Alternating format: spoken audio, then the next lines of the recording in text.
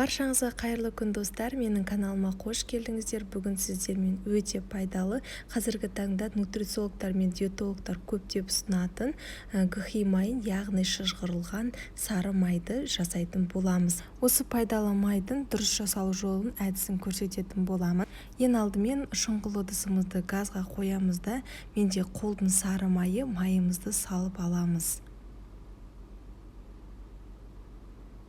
Менде бұл жерде 1 килограмм 950 грамм май болды. Осыны салып, осылай қатты отқа қоямыз және де ергенін күтеміз. Егер де қол майы болмаса, сапалы магазиннің 82,5% майынан жасауға болады.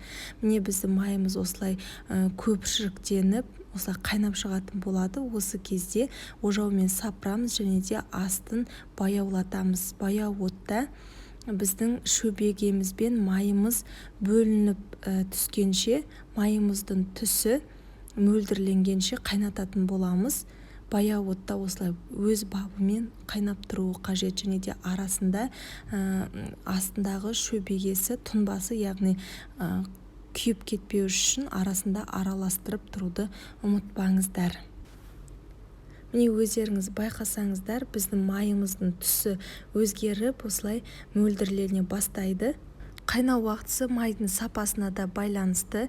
Менде жарты сағат көлемінде толық қайнап шықты.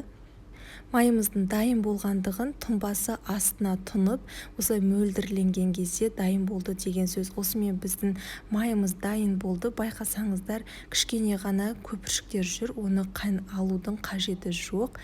Майымыздың түсі осылай мөлдірленді. Енді оттан алып, сүзгінің үстіне осындай марль қойып, құятын ыдысымыздың үстінен сүзгіден өткізіп құйып аламыз. Бұл шыжғырылған майдың кейбір жақтарда күйдірілген май деп те атап жатады. Орысша айтқанда топленое масло, адам денсаулығына пайдасы өте зор екен. Қазіргі таңда байқасаңыздар, нутрициологтар мен диетологтар шыжғырылған майды осы сұйық майдың орнына тамақ жасауға көптеп ұсынып жатады. Яғни бұл майды тамақ жасауға қолдансаңыздар, жент жасауға және де нанға жағып жеуге де болады. Егер де жөтел қысып ауыратын болсаңыздар, 1 стакан сүтке 1 шай қасық осы майды қосып ішсеңіздер, жөтелден арылтатын болады. Сонымен қатар, күнде ертеңгісін шайыңызға 1 шай қасық осы майды қосып ішсеңіздер, ағзаңызды шлактардан тазартады екен.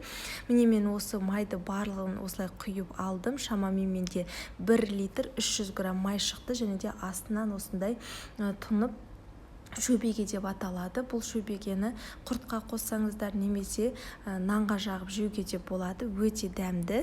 Ал осымен біздің майымыз дайын. Бұл майды бөлме температурасында сақтауға болады. Ешқандай да көгеріп бұзылып кетпейді. Егер де сіздерге менің видеом ұнаса, менің каналыма тіркеліп, лайк басып, қоңырауша белгісін басып қойыңыздар. Алдағы уақытта көптеген рецептермен бөлісетін боламын. Сіздермен болған Ақбота, назарларыңызға рахмет.